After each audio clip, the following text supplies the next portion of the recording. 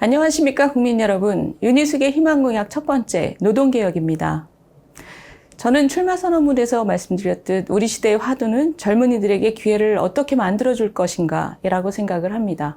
그러기 위해서는 경제도 정치와 마찬가지로 한 시대를 보내고 새로운 시대를 시작해야 된다고 믿습니다.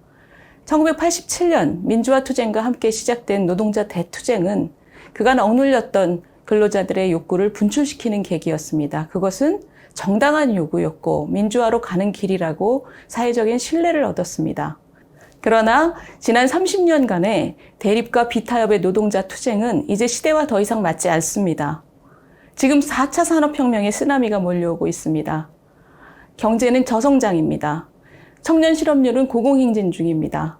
이제는 컨베이어 벨트 산업화 시대의 대립 패러다임에서 벗어나 모두 협력해서 나라를 앞으로 전진시켜야 하는 때입니다. 지금 한국에 투자하려는 외국 기업들이 가장 걱정하는 것은 한국의 강성노조와 고임금입니다. 정치 권력과 유착된 이들 귀족노조는 아무런 합리성이 없는 최저임금 대폭 상승, 경직적인 52시간제 이런 것들로 한국의 경제 체질을 급속히 망가뜨렸습니다. 일자리 창출 능력을 틀어막고 있고 정규직과 비정규직의 격차는 이제 사회 통합을 위협하는 수준에 이르렀습니다. 국민 여러분, 이제는 한국 경제를 볼모로 자기들 사익을 추구해온 귀족노조, 독점 구조를 깨야 합니다.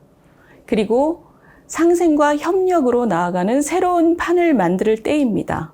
임금은 생산성과 연동돼야 되고 노사는 힘의 균형을 바탕으로 협력적인 관계를 확립해야 합니다. 그리고 기득권 노조 중심의 의사결정 구조는 모든 근로자의 목소리를 균형 있고 공정하게 반영하는 구조로 바뀌어야 합니다. 첫째, 최저임금입니다. 최저임금은 강성노조가 아니라 경제 상황과 일자리 상황을 반영해 업종별로 결정돼야 합니다. 문재인 정권 첫 2년 동안 최저임금은 30% 가까이나 올랐습니다. 정권 창출에 기여한 민노총 요구가 그대로 받아들여졌기 때문입니다.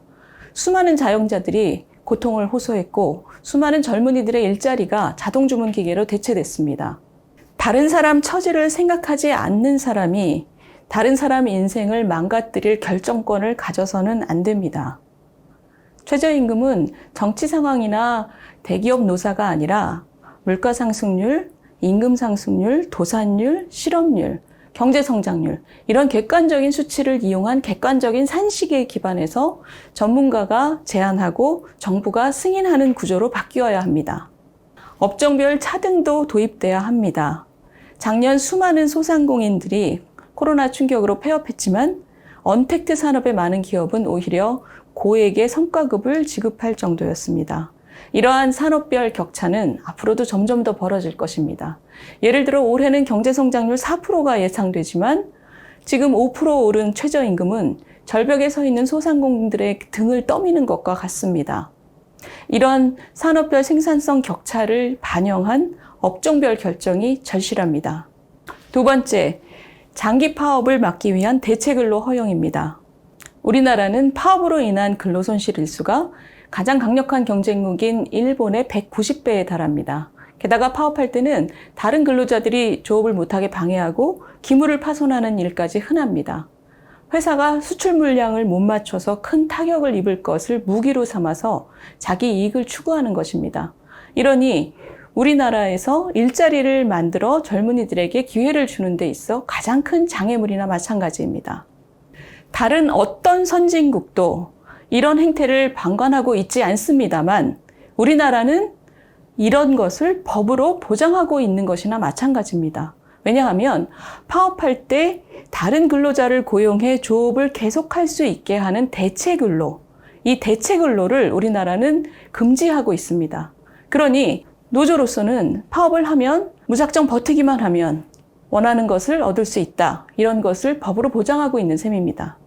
이런 장기 파업의 횡포는 경제의 새로운 기회가 만들어지는 데 있어 가장 큰 장애물입니다. 힘의 논리에 근거해서 회사야 망하든 말든 내 임금만 오르면 그만이다. 이런 사생결단의 파업은 이젠 지나간 시대의 것입니다. 다른 선진국과 마찬가지로 대체근로는 허용돼야 하고 다른 근로자의 조업을 방해하기 위한 사업장 점거는 금지돼야 합니다.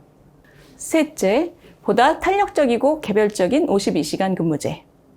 저녁이 있는 삶만큼 저녁을 먹을 수 있는 삶, 아침이 있는 삶도 중요합니다.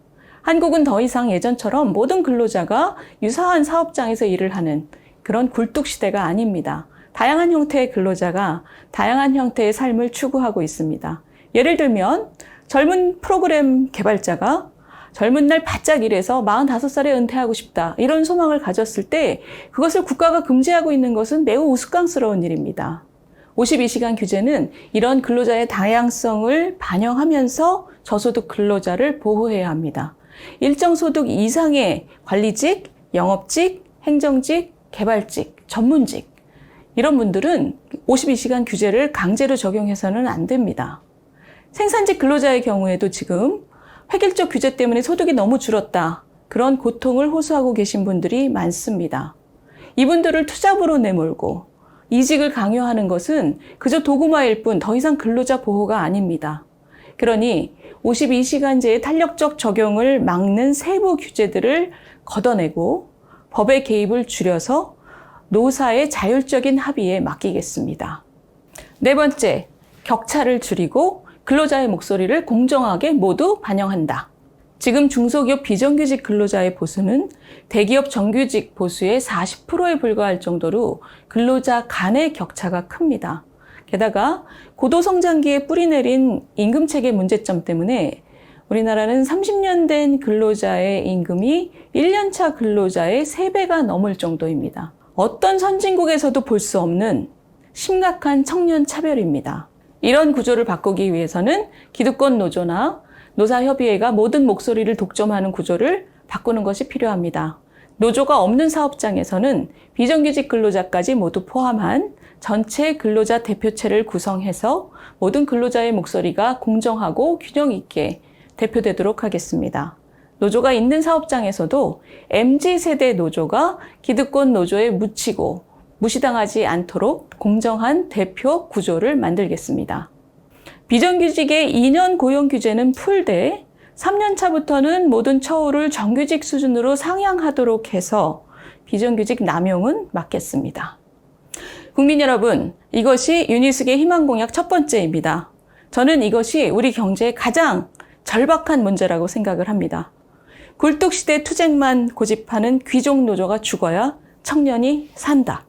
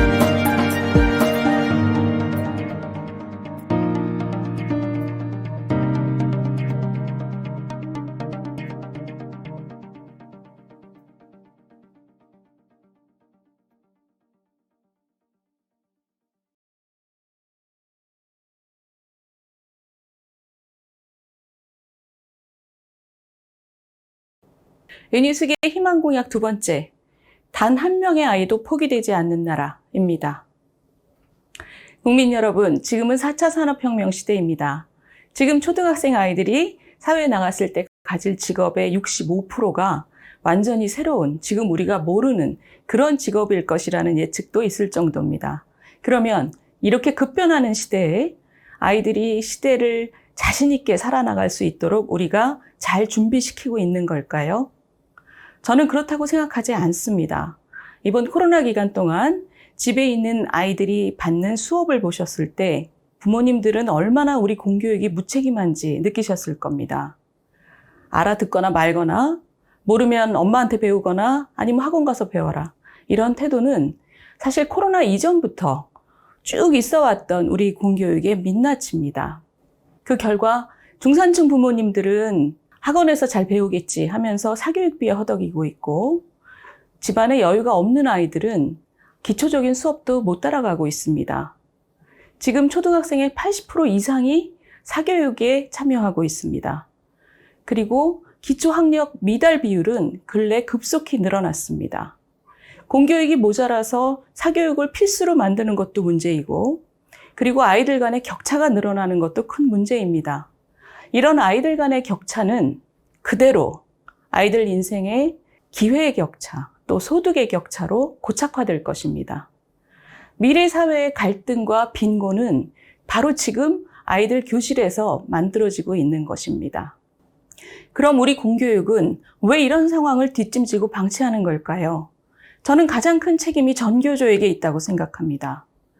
중요한 변화가 제기될 때마다 비토 세력이었기 때문입니다. 전교조는 항상 그럴듯한 말을 겉으로 내세웠지만 그 근저에는 교사에게 더한 노력을 요구하지 말아라. 아이들 인생에 교사가 더 책임져야 한다는 요구는 거부한다. 였습니다. 기초도 못 따라가서 자신감을 잃고 크는 아이들을 방치하면서 무슨 참교육을 얘기하겠습니까? 아이가 공부는 좀 못하더라도 다른 재능은 무엇인지, 어디에 재미를 느끼는지 부모들과 머리를 맞대고 고민을 하지도 않지 않습니까? 공교육이 그리고 나라가 아이들을 이렇게 쉽게 포기해서는 절대 안 됩니다. 작년 우리나라는 28만 명밖에 안 되는 아이들이 태어났습니다. 모두가 소중하게 키워져야 하는 아이들입니다. 예전의 산업화 시대처럼 어차피 공장에 갈 아이들도 많으니까 하고 교육이 잘하는 아이들만 신경 썼던 시대는 오래전에 지나갔습니다. 아이 하나하나가 자신의 잠재력을 마음껏 발휘하면서 변화하는 산업 지형에 잘 적응하면서 클 수 있도록 그리고 너무나 빨리 변하는 세상 속에서 건강하게 자기 자신을 지키는 그런 내면의 힘을 갖출 수 있도록 공교육이 그리고 나라가 단 한 명의 아이도 포기해서는 안 됩니다. 첫째, 진단평가와 잠자는 교실 깨우기. 뒤처지는 아이들을 끌어올리려면 어느 교실이 가장 깊이 잠자고 있는지 그리고 무엇 때문인지를 파악해야 합니다. 재작년 전수 진단평가를 하려고 했을 때 전교조는 교육청을 점거농성하면서 폐기시켰습니다. 사실 공교육 당국도 공교육의 기본 책무보다는 전교조와의 관계를 더 중시했던 것입니다. 이제 코로나로 아이들 간의 격차는 더 벌어졌고 어느 정도로 심해졌는지 가늠도 안 되는 상황입니다. 이렇게 아이들의 학업 성취와 격차에 대한 책임을 공교육이 부모에게 밀어버려서는 안 됩니다. 전수평가를 통해서 아이들의 학력을 점검하고 학교와 가정의 학업 환경에 어떤 지원이 필요한지 면밀히 파악해 지원책을 마련하겠습니다. 두 번째, 인공지능 보조교사를 초등학교 교실에 도입해서 모두의 향상을 꾀하겠습니다. 학생 개인의 수준에 맞춰서 수업을 하는 것은 예전에는 아주 비싼 사교육에서만 가능했던 일입니다. 그러나 인공지능 기술이 발전함에 따라서 이제는 아무도 포기되지 않고 각자 자신의 위치에서 향상될 수 있는 길이 열렸습니다. 그러나 선진국의 교원노조와 달리 우리나라의 전교조는 사교육을 교실에 들이려 한다 하면서 반대하고 있습니다. 이미 수십만의 아이들이 인공지능 교육 서비스를 각자 이용하고 있는데 말입니다. 아이들 모두가 AI 교사를 무료로 이용할 수 있도록 지원하고 어떤 콘텐츠를 이용할 것인지는 학교와 교사가 선택하도록 하겠습니다. 교사는 이제 창조적인 역량, 그리고 사회적이고 정서적인 역량을 키우는 보다 차원 높은 역할을 담당하도록 하겠습니다. 셋째, 정치교사로부터 아이들을 보호하겠습니다. 정치와 관련한 아이들의 생각에 대해 공개적인 망신을 주거나 시험 문제까지 자신의 견해를 아이들에게 강요하는 데 이용하는 정치교사들이 교실을 오염시키고 있습니다. 관련 법을 개정해서 무분별하게 자신의 이념이나 정치적 견해를 강압적으로 아이들에게 주입시키는 교사들을 원 스트라이크 아웃 시키겠습니다. 넷째, 전일제 학교로 돌봄 절벽을 없애겠습니다. 지금 초등학교 저학년은 학교 시간이 유치원보다도 빠릅니다. 방과 후 돌봄 추첨에서 떨어지면 아이들은 오후에 학교에서 가차없이 쫓겨납니다. 30, 40대 여성의 경제활동 참가율이 60%를 넘는데 이런 돌봄 절벽은 여성이 출산에 이어서 경제활동을 포기하게 하는 두 번째 위기가 되고 있습니다. 아이들이 학교보다 학원을 이용하는 것을 학교가 당연시하고 아이들이 학교에 오래 머무는 것을 교사가 반대하고 이런 것은 정상이 아닙니다. 특기 적성 교육을 비롯해서 수준 높은 돌봄과 교육이 학교에서 이루어지도록 그래서 돌봄 절벽이 없어지도록 전일제 학교를 도입하겠습니다. 다섯째, 양성평등 교육 자료는 모두 공개하도록 하겠습니다. 양성평등 교육이 오히려 양성 간의 갈등을 부추긴다는 지적이 많습니다. 서로 사랑하고 도우면서 자라야 하는 남녀 아이들이 비틀린 양성평등 교육을 받고 있지 않나 부모들의 근심이 깊습니다. 남혐, 여혐 이런 것들을 부추기는 선동이 어린아이들의 마음을 파고들지 않도록 모두의 관심이 필요합니다. 양성평등 교육에 관한 모든 자료는 초등고 학교 홈페이지에 공개해서 부모들이 들여다볼 수 있도록 하고 왜곡된 교육이 자리 잡지 못하도록 하겠습니다. 국민 여러분, 교육은 100년 대계라 했습니다. 그러나 그동안 공교육은 자신의 책임을 방기했고 그 틈을 타 전교조는 수많은 개혁과 변화를 막아서는 세력이 돼버렸습니다. 이런 행태는 더 이상 당연시 돼서는 안 됩니다. 이런 병폐를 뿌리 뽑고 우리 아이들이, 모든 아이들이 새로운 세계를 자신감 있게 헤쳐나갈 수 있도록 단 한 명의 아이도 포기되지 않는 교육을 만들겠습니다. 유니스계의 희망 공약, 단 한 명의 아이도 포기하지 않는 나라가 우리의 미래입니다.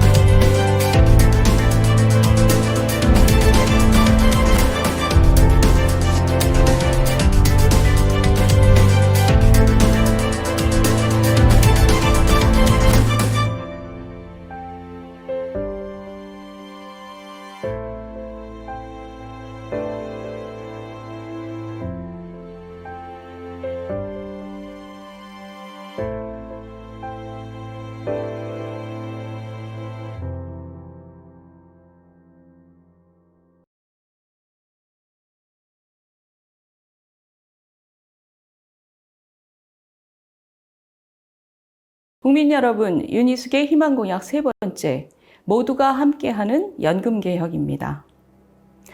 우리나라 국민 대다수를 책임져줄 국민연금을 비롯해서 지금 공무원연금, 사학연금 같은 공적연금 모두가 파탄 위기에 있습니다.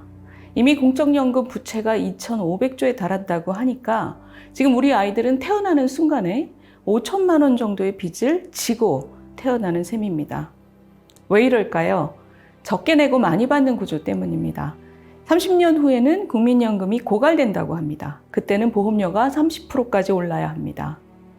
지금 기성세대는 낸 돈보다 돈을 많이 받는 구조인데 그때가 되면 낸 돈보다 훨씬 더 적은 돈을 가져가게 되는 구조가 됩니다. 이것은 미래 세대에게 불공평하고 미래 세대를 착취하는 구조 같지만 사실 이 끝은 연금제도 자체의 종말입니다. 지금의 청년, 어린이뿐만 아니라 그때 되면 80이 될 지금의 기성세대들까지도 연금으로부터 멀어지게 됩니다. 그런데도 문재인 대통령은 연금을 더 주겠다라는 헛공약을 한 바람에 아무 의미도 없는 개혁안들을 한 꾸러미 만들어 놓고 임기 내내 나몰라라 했습니다. 연금이라는 시한폭탄이 돌아가고 있는데 보재기로 가려놓은 것 같습니다. 폭탄을 보자기로 가려놓는다고 분해되지는 않습니다. 더구나 여권 정치인들은 지금 이런 위기에 빠진 연금을 구할 생각은 안 하고 기본소득을 새로 도입한다고 합니다. 인기 떨어질까 봐 위기는 얘기하지 않고 돈을 나눠주겠다라는 포퓰리즘 경쟁만 하고 있는 것입니다. 돈을 나눠주는 것을 누가 못합니까? 덧셈 뺄셈만 할 줄 알면 다 할 수 있습니다. 미래에 대한 책임을 지기 위해서 책임 있는 정치인은 그러지 않을 뿐입니다. 국민 여러분, 우리 세대뿐 아니라 다음 세대도 연금을 받을 수 있어야 합니다. 그러려면 개혁을 해야 하는데 국민연금뿐 아니라 공무원연금, 사학연금도 함께 개혁해야 합니다. 다른 공적연금을 제외한 개혁은 반쪽에 불과합니다. 국민연금 역시 낸 돈보다 받을 돈을 많이 설정해 놓은 구조 때문에 개혁이 불가피하지만 공무원연금과 사학연금은 받을 돈이 낸 돈을 초과하는 액수가 국민연금의 2배 이상입니다. 2015년 공무원연금 개혁이 반의 반쪽에 그쳤기 때문입니다. 당시에는 70년 동안 330조 원의 재정이 절감될 것이라 떠벌렸지만 앞으로 70년 동안 국민의 세금이 1,300조 원 적자를 보존하는 데 쓰여야 한다는 사실에는 입을 다물었습니다. 국민 여러분, 지난 60년간 우리 사회는 큰 변화를 겪었습니다.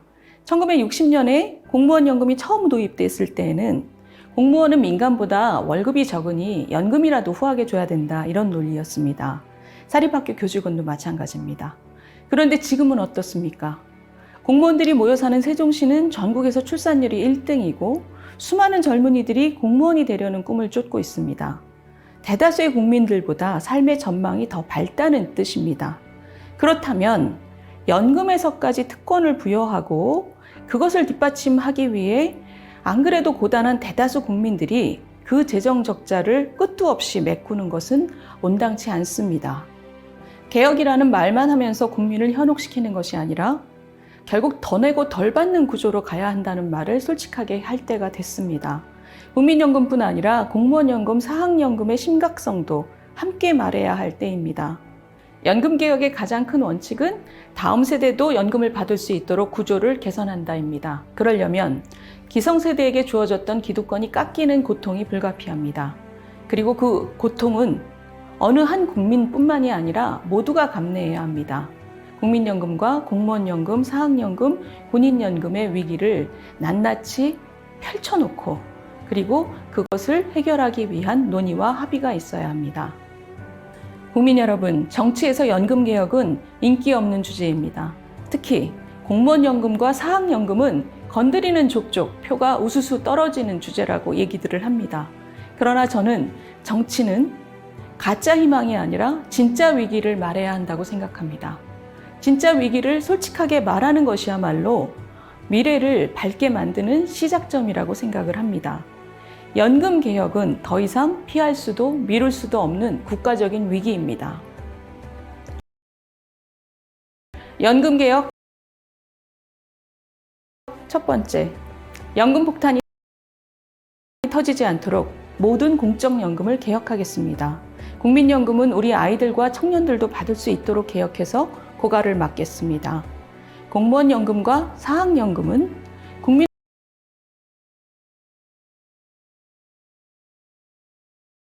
세금이 투입되지 않고 자생할 수 있도록 구조를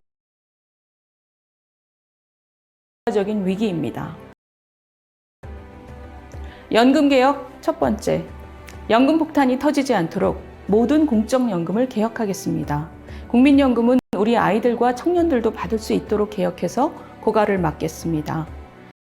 공무원연금과 사학연금은 국민의 세금이 투입되지 않고 자생할 수 있도록 구조를 개선하겠습니다. 군인연금은 재취업이 어렵고 위험하다는 특수성을 감안해서 국가보상 기능을 어느 정도 내장해야 할지 사회적 공감대를 형성하겠습니다. 연금개혁 두 번째, 제대로 된 논의구조를 만들겠습니다. 지금까지 이 논의가 지지부진했던 것은 집단이기주의 논의구조 때문입니다. 저는 정당의 대표자들과 전문가들로 구성된 연금개혁 투기를 만들겠습니다. 전문성이 요구되는 영역과 사회적 대표성이 요구되는 영역을 분리해서 노사를 비롯한 이해 집단들이 자기 정치의 장으로 이 논의를 이용하는 것을 막겠습니다. 진지한 논의와 합의의 장을 만드는 것, 그것이 바로 연금개혁의 첫걸음입니다. 국민 여러분, 공약을 만드는 과정에서 국민연금 개혁을 얘기하고 특히 공무원연금과 사학연금을 건드리는 것은 표를 얻는 데 도움이 되지 않는다고 말리는 분들이 많았습니다. 그러나 저는 대선에 나서면서 표 계산을 하면서 할 말을 조정하는 것은 하지 않겠다, 이런 결심을 했었고요. 이번에도 그 결심은 더 굳어졌습니다. 국민 여러분과 함께하는, 모두와 함께하는 연금개혁 윤희숙이 이루겠습니다.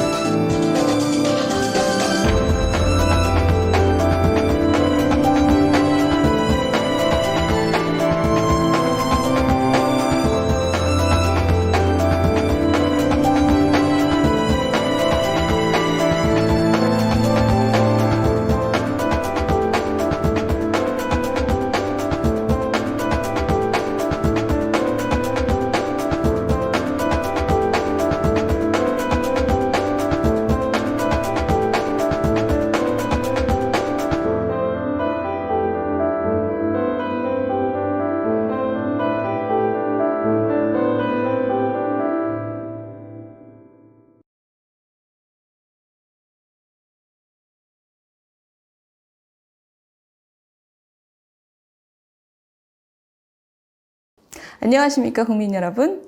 희망공약 네 번째, 민간의 활력을 되살리는 공공부문 개혁입니다. 제가 오래된 질문을 하나 던져보겠습니다. 큰 정부가 좋습니까? 작은 정부가 좋습니까?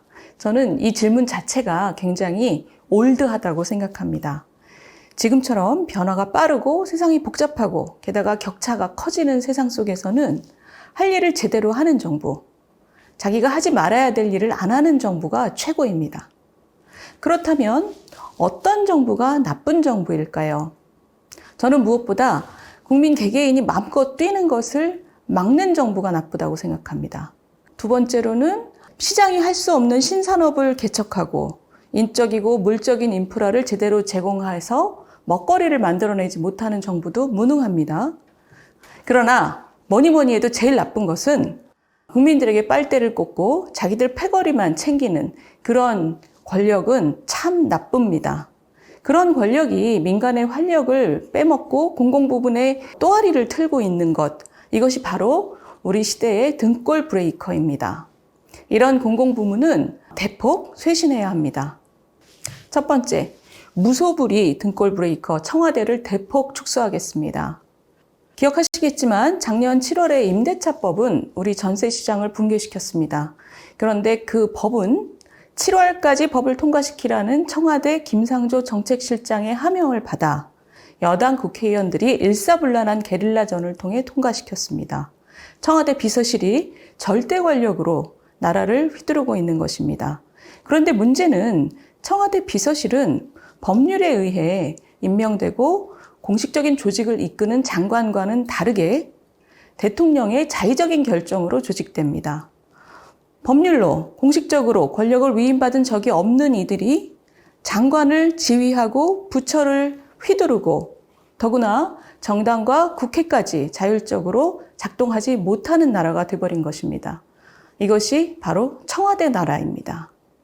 그동안 꾸준히 확대된 청와대 예산은 지금 김대중 정부 때의 3배에 달하고 인력 규모는 백악관 직원 수보다 많습니다. 장관들을 지휘하고 때로 패싱하기까지 하는 청와대 수석제를 폐지하고 정부조직법대로 비서실 1실장제로 청와대를 축소하겠습니다. 그렇게 장관과 부처가 자율적으로 자신의 일을 하도록 하고 대신 장관은 퇴임 청문회를 도입해 책임을 묻겠습니다. 특히 어느 선진국과도 달리 인사검증, 검찰 수사, 공직감찰 이런 일들을 대통령이 직접 할 수 있도록 해서 무소불위 권력의 원천이 되고 있는 민정수석 업무는 전적으로 폐지하고 인사검증 업무는 인사혁신처로 이관하겠습니다.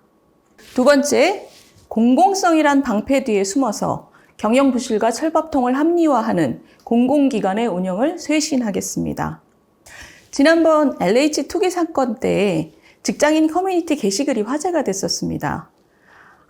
다른 국민들이 뭐라고 하든 우리는 정년 때까지 투기하면서 꿀 빨면서 살련다 이런 게시글이었습니다. 그때 많은 분들이 화를 냈었지만 그 원인은 뭘까요? 그것은 우리나라 공공부문이 민간 부문과 달리 성과와 보수에 근거한 인사관리가 전혀 되지 않고 있기 때문입니다. 내부 경쟁 자체가 작동하지 않기 때문이지요. 국민의 세금으로 운영되는 공공기관이 이렇게 국민 등골 브레이커가 된 것은 첫 번째, 임금이나 인사 같은 기본 시스템이 잘 갖춰져 있지 않아서 신의 직장을 보장하기 때문입니다. 두 번째, 이것이 더 중요한데요. 청와대의 우리 편 챙기기로 임명된 경영자가 취임과 함께 노조와 결탁하고 노조 심기를 건드리지 않기 위해서 경영 마인드, 이것을 전혀 동원하지 않기 때문입니다. 젊은이들이 공공부문으로만 몰리는 나라는 내일이 없습니다. 공공기관의 쇄신을 위해서 저는 공공기관장의 정치적 임명을 배제하고 정치적 책임이 아닌 경영의 책임을 제대로 묻겠습니다. 셋째, 공공부문의 규모를 재검토하고 조정하겠습니다. 문재인 정부 동안 공공부문의 규모는 급속히 비대화됐습니다. 인력은 23만 명 이상 증가했고 공공기관 수는 17개 늘어났습니다. 만약 공약대로 인력이 81만 명 늘어난다고 하면 보수와 연금 등으로 우리나라 생산 가능 인구 1명당 약 1억 4천만 원 정도의 부담을 더해야 합니다. 명확한 기능 설정 없이 단기간에 늘어난 공공부문은 세금 부담도 부담이지만 민간의 활동을 규제하고 활력을 빼앗게 됩니다. 문재인 정부 동안 늘어난 공공부문의 규모를 재검토하고 공공부문 총 인건비의 인상률이 경제 성장률을 넘지 않도록 제도화하겠습니다. 네 번째, 시민단체에 대한 무분별한 혈세 퍼주기 그만하겠습니다. 현재 시민단체, 사회적 기업, 협동조합, 마을기업, 각종 센터 같은 중간관리 지원 조직은 국가로부터 많은 지원을 받고 있습니다. 그런데 이 중 상당수는 업무도 모호하고 효과도 불분명합니다. 심지어 과거 서울시 태양광 특혜사업처럼 과거 운동권 인맥 챙기기로 사업을 몰아주는 경우도 많습니다. 그런데도 지금 여권은 이른바 사회적 경제 3법을 밀어붙이고 있습니다. 기능이 모호한 시민단체까지도 국가 재정에 기생시키는 구조를 법적으로 영구화시키려는 것입니다. 저는 이런 기생구조를 혁파하겠습니다. 우선 지난 10년 시민단체, 사회지역기업, 협동조합 등 정부로부터 지원받은 사업의 내용을 전수조사해서 그 사용 내역을 밝히겠습니다.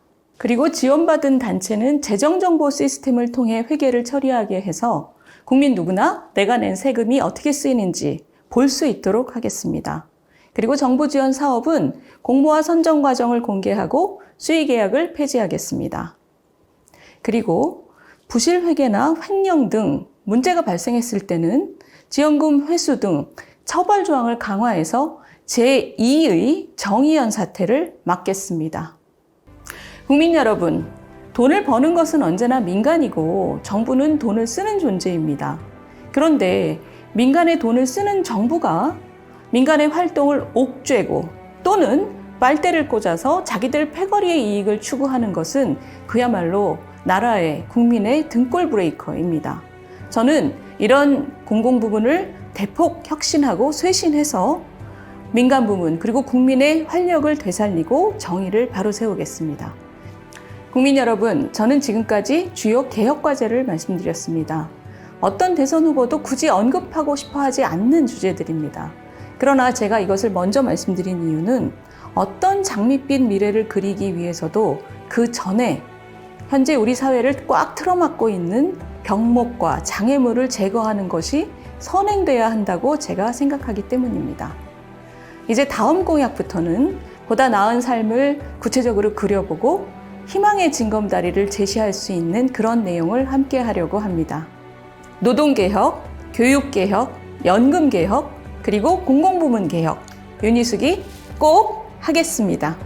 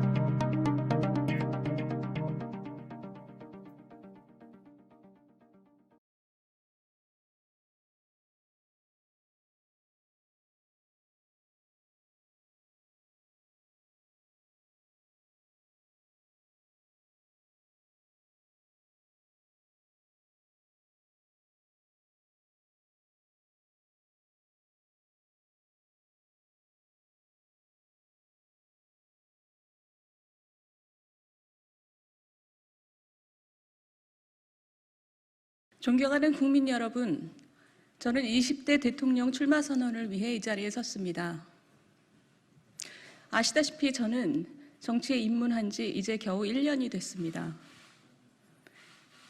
정치 경력 1년만으로 대통령처럼 중차대한 자리를 책임질 수 있겠냐 우려가 많으실 것으로 생각합니다. 그러나 제가 이곳에 와서 본 정치판에는 정치가 없었습니다. 권력을 유지하기 위한 정치 기술만 있었을 뿐입니다. 기억하시겠지만 얼마 전에 유력한 야당 후보가 부상하자 여당 대표는 뒷조사 파일을 만들고 있다고 당당하게 얘기했습니다. 초등학교 반장 선거에서도 손가락질 받을 만한 일입니다. 아무리 야비하고 창피스러운 짓이라도 권력 유지를 위해서라면 다 괜찮다? 이런 것이 현실 정치라면 이런 정치 경험은 없어도 좋지 않겠습니까? 저는 정치가 원래 무엇이어야 하고 지금 무엇을 해결해야 하는지 생각과 비전을 가지고 국민들 속으로 들어가겠습니다. 저희 어머니는 낙동강변의 작은 마을에서 자랐습니다. 1959년 태풍 사라호가 한반도 남단을 강타했을 때 논밭이 모두 쓸려나가면서 저희 어머니의 꿈도 같이 쓸려나갔습니다.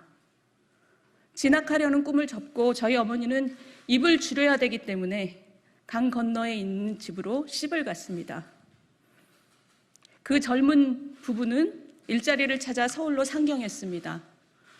4남매를 낳아 키우면서 저희 어머니는 내 자식들은 나처럼 배움을 포기하지 않도록 하겠다. 나보다 나은 삶을 살게 하겠다. 끊임없이 다짐했습니다. 저희 부모님은 그 소망을 이루었습니다. 눈부신 경제성장 속에서 산업화 세대는 자신들보다 나은 삶을 사는 자식 세대를 키워냈습니다. 나도 너희들처럼 살아보고 싶었다. 올해 80인 저희 어머니가 자주 하시는 말씀입니다. 그런데 지금 청년들은 어떻습니까? 경제가 내려앉으면서 기회가 사라졌습니다. 월급을 모아서 내 집을 마련하고 아이들 공부시키고 은퇴를 준비하는 당연했던 삶이 지금은 더 이상 당연하지 않습니다. 뛰어오를 기회가 없으니까 금수저, 흙수저 차이가 따라잡혀지질 않습니다. 이게 우리 시대의 급소이고 가시입니다. 정치란 온 힘을 다해서 시대의 급소를 포착하고 가시를 빼내는 일입니다. 그러나 소위 민주화 세력은 이런 정치는 외면하고 자기들 권력을 유지하려고 국민들을 편갈라 싸움 붙이는 일만 했습니다. 이 사람들은 정치란 게 원래부터 네가 죽어야 내가 산다는 것이라고 끊임없이 호도하면서 불법과 내로남불을 일삼았습니다. 우리나라가 민주화된 지 이미 30년이 넘었습니다. 그런데 지금 와서 우리 국민들이 법치와 민주주의를 갈구하는 것은 정말 웃을 수도 없고 그렇다고 안 웃을 수도 없는 상황입니다. 제대로 된 정치 세력이라면 지금처럼 기술 기반과 산업 지형이 지진처럼 변하는 세상 앞에서 함께 힘을 합칩시다. 이렇게 말을 했어야 합니다.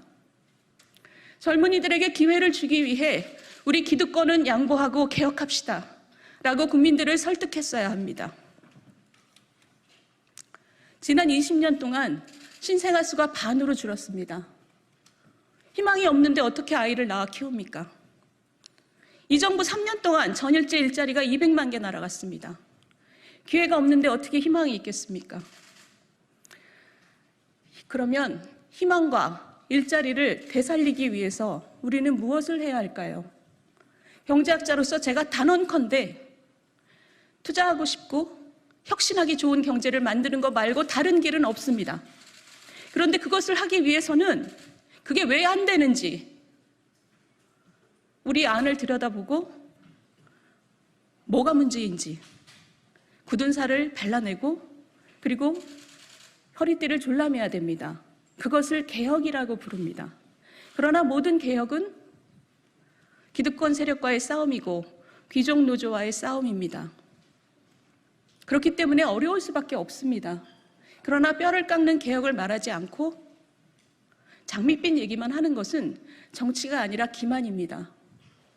문재인 대통령 그리고 문재인 정권은 어떤 개혁도 하지 않았습니다.